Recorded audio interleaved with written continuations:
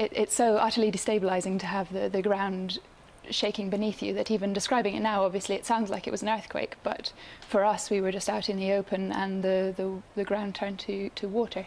Wow. Under us. It was like being on a waterbed while somebody else was jumping on it.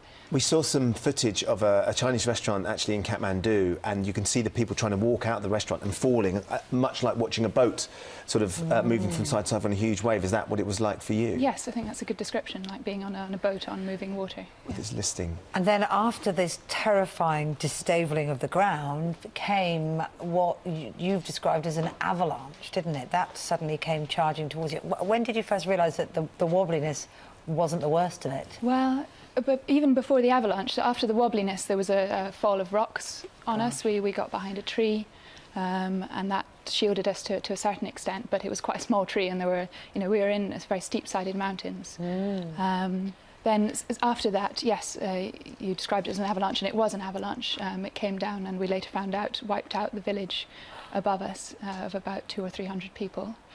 What we got was I think what the avalanche had blasted debris, sort of mud, rocks, water onto us. So we were holding onto a tree and it went completely dark. Gosh.